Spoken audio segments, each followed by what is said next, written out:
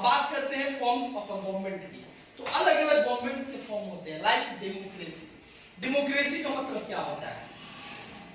Democracy का मतलब होता है, ये ग्रीक वर्ड से लिया गया है। डेमोस का मतलब होता है पीपल और क्रेटोस का मतलब होता है पावर, यानी वैसी सरकार, वैसी गवर्नमेंट जहां पे पावर मेजोरिटी, जो पावर होती है वो लोगों के हाथ में, लोकतंत्र, ठीक है।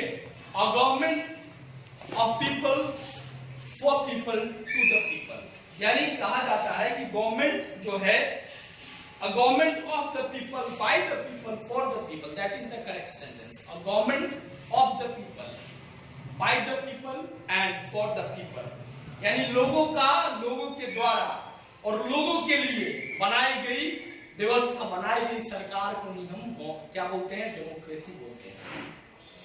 A government is elected by the people who vote for them.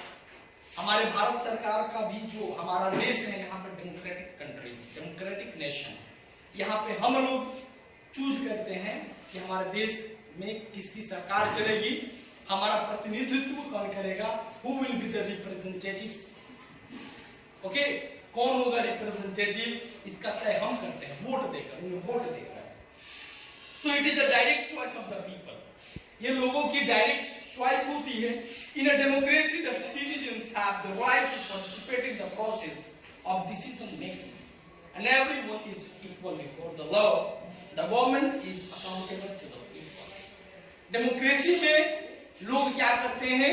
Direct अपने गवर्नमेंट को चूज करते हैं वोट देने के माध्यम से, और जो गवर्नमेंट होता है, यानी हम कह सकते सिटीजंस भी गवर्नमेंट को बनाने में उनका अहम रोल होता है, और सब कोई डेमोक्रेसी में लॉ सबके लिए इक्वल होता है, और गवर्नमेंट जो है लोगों को जवाब देना पड़ता है गवर्नमेंट को कि हम क्या कर रहे हैं, क्या नहीं कर रहे हैं, सही है कि गलत है। अभी हमने पढ़ा डेमोक्रेसी के बारे में, अब हम पढ़ेंगे ऑटोक्रेसी के बारे में। ऑटोक्रेसी में क्या होता है कि जो पावर्स होते हैं वो एक या कुछ व्यक्तियों के पास ही होते हैं, ठीक है। पार्टिकुलर क्लास या पार्टिकुलर पॉलिटिकल पार्टी, ठीक है, उन लोगों के पास में ही पावर होता है, उन लोगों के हाथों में पावर होता है। The authority which exercise the power can not be question, यानी वैसी सरकार जिसमें आप उंगली नहीं उठा सकते हैं, you can't ask any question to your government, उस सरकार को हम ऑटोक्रेसी बोलते हैं। वैसे देश में ऑटोक्रेसी होती है जिस देश में पब्लिक जो है अपने जनता जो है अपने सरकार से सवाल नहीं पूछे, उसे ऑटोक्रेसी बोलते हैं। सिंपल सा है। जैसे कि मिलिट्री रूल की बात करें, तो जब मिलिट्री रूल होगा किसी देश में, वहां के लोगों को हक नहीं है कि वो अपने सरकार से, अपने गवर्निंग बॉडी से क्वेश्चन पूछे। But if you talk about democracy in a democratic country, you have right to ask question to the government and government will have to answer at any cost, और आपके question को पूछने पर government को आपको जवाब देना होगा। नॉर्थ कोरिया की बात करें तो वहां भी मिलिट्री रूल है, वहां के लोगों को पावर नहीं है कि वो क्वेश्चन पूछ सके। अब आगे चलते हैं, जो पार्लियामेंट्री फॉर्म ऑफ गवर्नमेंट होता है वो क्या होता है। तो आसान शब्दों में समझे कि इन अ पार्लियामेंट्री सिस्टम, यानी जहां पे सरकार पार्लियामेंट्री है, वहां पे एग्जीक्यूटिव और लेजिस्लेचर एक साथ मिलकर काम करते हैं। The powers of both organs are shared, और ये एक दूसरे को शेयर करते हैं पावर, बांटा गया, मतलब उनका पावर बांटा गया है। एक और फीचर है पार्लियामेंट गवर्नमेंट का कि head of state is different from head of government. जैसे भारत में पार्लियामेंट्री भी सिस्टम है, इसमें क्या होता है कि दो भवन है, एक राज्यसभा है, एक लोकसभा है, दोनों का पावर्स अधिक है, ठीक, अलग अलग है, लेकिन दोनों कोऑर्डिनेट करके ही काम करते हैं। यहाँ पे स्टेट का एक गवर्नमेंट होता है, सेंटर का गवर्नमेंट होता है। जो सेंट्रल गवर्नमेंट होता है वो रूल्स इंप्लीमेंट करते हैं, तो पूरे देश में लागू होता है। स्टेट गवर्नमेंट जो रूल इंप्लीमेंट करते हैं वो स्टेट में लागू होता है। जैसे नीतीश सरकार ने बिहार में शराबबंदी लाया है, यानी शराब नहीं बिकेगा, शराब का सेवन करना कानूनन जुर्म है बिहार में। लेकिन अगर बात करो आप महाराष्ट्र की, दिल्ली की बात करो, तो वहां पे ऐसा कुछ नहीं है। तो सेंट्रल गवर्नमेंट जो रूल्स इंप्लीमेंट करेगी वो पूरे देश में चलेगा। जैसे कि 20 मार्च के बाद में हमारे देश के माननीय प्रधानमंत्री ने कहा कि हमारे देश में संपूर्ण लॉकडाउन रहेगा। तो it was an order passed by the central government. इसलिए पूरे देश में, संपूर्ण देश में इस ऑर्डर को लागू किया गया और पूरे देश में लॉकडाउन रहा। लेकिन अब किस्सा बदल गया है। अब सरकार ने कहा है कि राज्य सरकार जो है अपने हिसाब से लॉकडाउन को बढ़ा सकती है या लॉकडाउन के पीरियड को घटा सकती है। ठीक है, तो जैसे न्यू दिल्ली में लॉकडाउन नहीं है, वहां की सरकार लॉकडाउन को हटा दी, लेकिन वीकली क्लोज्ड रहेगा, सैटरडे और संडे बंद रहेगा। वहां का जो लोकल गवर्नमेंट है, जो स्टेट गवर्नमेंट है, वो जो फैसला करेगी वो पूरे स्टेट में लागू होगा, लेकिन सेंट्रल गवर्नमेंट जो फैसला करेगी पूरे देश में लागू होगा। ये बात आपको याद रखना होगा। ठीक है, तो ये पार्लियामेंट्री फॉर्म ऑफ गवर्नमेंट में होता है। अब बात करते हैं प्रेसिडेंशियल की। ठीक है, जैसे यूएसए में जो सरकार है, जो गवर्नमेंट का फॉर्म है, वो प्रेसिडेंशियल है। अब इसमें क्या होता है कि एग्जीक्यूटिव और लेजिस्लेचर दोनों इंडिपेंडेंट होते हैं, आजाद होते हैं। इसको बोलते हैं सेपरेशन ऑफ पावर्स, यानी प्रेसिडेंशियल फॉर्म ऑफ गवर्नमेंट में पावर को सेपरेट कर दिया गया है। पार्लियामेंट्री गवर्नमेंट में ये लोग कोऑर्डिनेट करके काम करते हैं, लेकिन इसमें नहीं। ठीक है, जो हेड ऑफ द गवर्नमेंट होता है वो रेस्पॉन्सिबल होता है पार्लियामेंट को। इलेक्टेड प्रेसिडेंट जो होता है, ना ही वो पार्लियामेंट को रिस्पॉन्सिबल होगा और ना ही पार्लियामेंट का मेंबर होगा। यूएसए का, यूनाइटेड स्टेट्स ऑफ अमेरिका का जो एक फॉर्म ऑफ गवर्नमेंट है वो प्रेसिडेंशियल फॉर्म ऑफ गवर्नमेंट है। अब बात करेंगे यूनिटरी जो है, इसमें एक सिंगल गवर्नमेंट होता है, यानी एक ही सरकार है। जैसे चाइना की सरकार है तो ये यूनिटरी सरकार है। तो इसमें क्या होता है कि एक ही सरकार रहेगी सेंट्रल, जो पूरे देश को देखेगी। तो इस फॉर्म ऑफ गवर्नमेंट को बोलते हैं यूनिटरी फॉर्म ऑफ गवर्नमेंट। ठीक है ना। इसमें क्या होता है कि central government performs the duties of both executive and legislature. Bharat में क्या है कि स्टेट गवर्नमेंट है, ये अपना नियम बनाती है, सेंट्रल गवर्नमेंट है, पूरे देश के नियम बनाती है, दोनों काम करती है। लेकिन यूनिटरी फॉर्म ऑफ गवर्नमेंट में एक सेंट्रल गवर्नमेंट ही होगी जो पूरे देश को चलाएगी, पूरे देश के लिए नियम बनाएगी। ठीक है, जैसे चाइना जो है इसका एग्जाम्पल है। ठीक है, अब बात करेंगे फेडरल, यह है संघीय। ठीक है ना।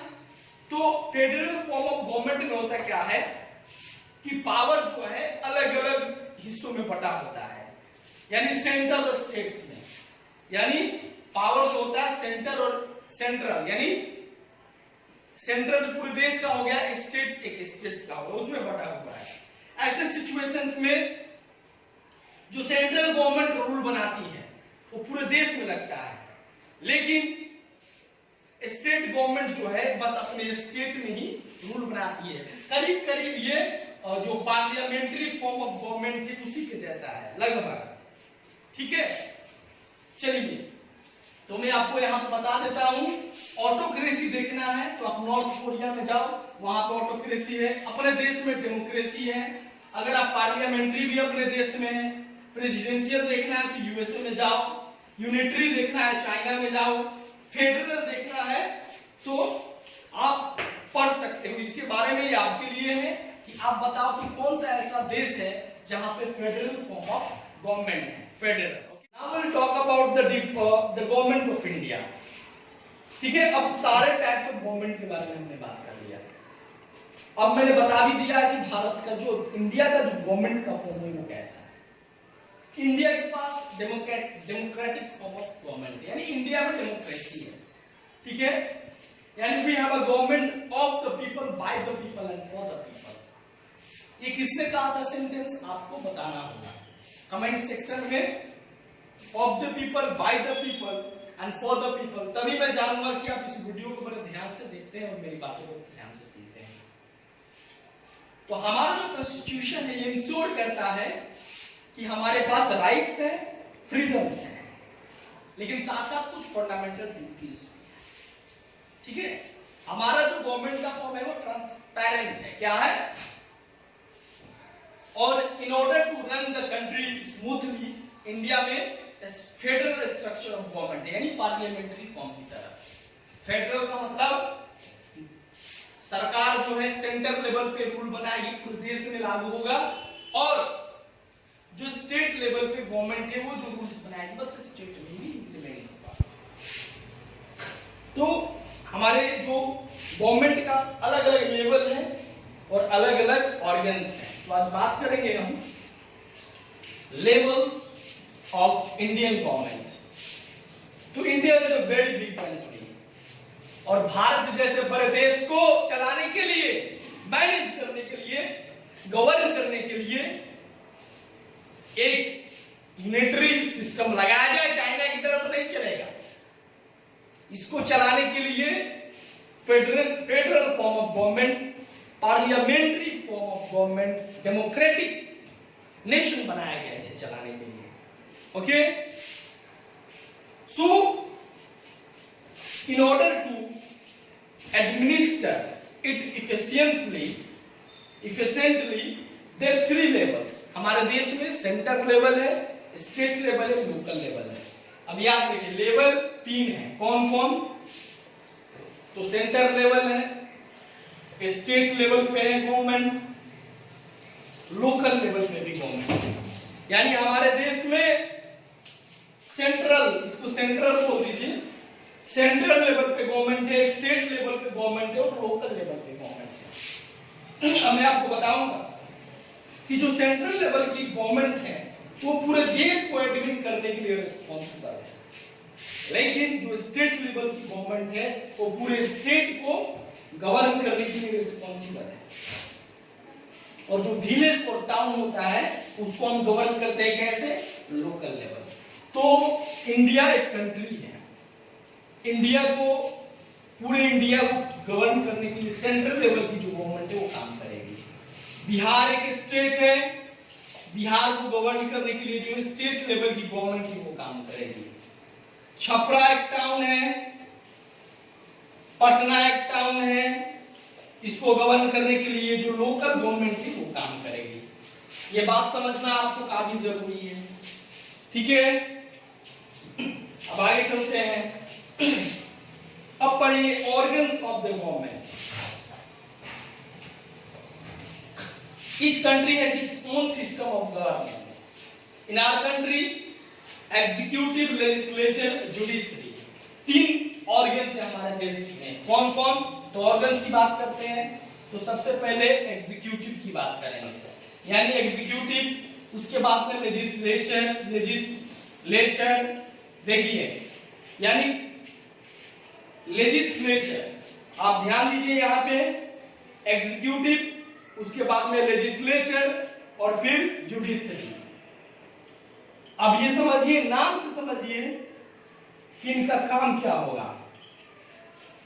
एग्जीक्यूटिव को कार्यपालिका बोलते हैं, क्या बोलते हैं, एग्जीक्यूटिव को क्या बोलते हैं आप बताइए कमेंट से। हमारे जो इंडियन गवर्नमेंट का ऑर्गन्स है वो 3 ऑर्गन्स है, एग्जीक्यूटिव, लेजिस्लेचर और जुडिशरी। तो इसमें लेजिस्लेचर का काम है लॉ मेकिंग बॉडी बोलते हैं, लेजिस्लेचर को क्या बोलते हैं, लॉ मेकिंग बॉडी बोलते हैं।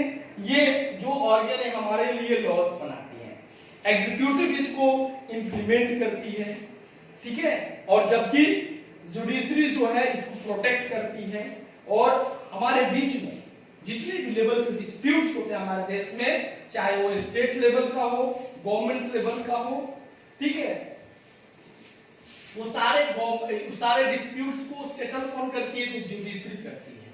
तो एग्जीक्यूटिव, लेजिस्लेचर और जुडिशरी, मैं 2 का हिंदी और बता रहा हूं, तीसरे का नाम आपको बताना है। इसको कार्यपालिका बोलते हैं और इसको बोलते हैं न्यायपालिका, और इसको समझिए कि लेजिस्लेचर कौन सी पालिका है आपको बताना है, ठीक है। तो स्टूडेंट्स, हमने अभी तक क्या सीखा कि इंडिया में जो गवर्नमेंट का फॉर्म है वो डेमोक्रेसी है और फिर फेडरल पे काम करती है। यहाँ पे सेंट्रल, स्टेट लेवल, ये 3 लेवल से गवर्नमेंट का और इसके जो ऑर्गन्स है एग्जीक्यूटिव, लेजिस्लेचर और जुडिशरी है। लेजिस्लेचर नियम बनाती है, लॉज बनाती है, एग्जीक्यूटिव इसको इंप्लीमेंट करती है, और जबकि जुडिशरी जो है इसको प्रोटेक्ट करती है और साथ में हमारे स्टेट्स गवर्नमेंट या फिर यहाँ के लोगों के बीच में डिस्प्यूट्स होता है उसको सेटल करती है। ठीक है, अब बात करेंगे यूनिवर्सल एडल्ट फ्रेंचाइज की। तो ये है क्या, इसमें होता क्या है कि इसमें जो भी 18 इयर्स या 18 इयर्स के अधिक के सिटीजन होते हैं भारत के, वो एबल होते हैं वोट करने के लिए, यानी they able to pass their votes, okay, in India when an individual who is 18 years or above exercises his or her right to elect a representative by casting a vote, that is called universal adult franchise। इसमें क्या होता है कि 18 या 18 वर्ष से अधिक के जो सिटीजन है हमारे देश के, उनके पास राइट होता है वोट करने के लिए, अपने मनपसंद के रिप्रेजेंटेटिव को वो वोट कास्ट कर सकते हैं, और इसके पावर को कोई कास्ट, एजुकेशन, कलर, जेंडर के आधार पर रद्द नहीं कर सकता है। स्टूडेंट्स, आपका ये चैप्टर 3 गवर्नमेंट ओवर हुआ, और इसके बाद में आपको क्या करना है, इस वीडियो को पूरी तरीके से देखने और सुनने के बाद में इसके बुक वर्क को करके कंप्लीट आपको व्हाट्सएप ग्रुप में भेजना है। Thank you very much.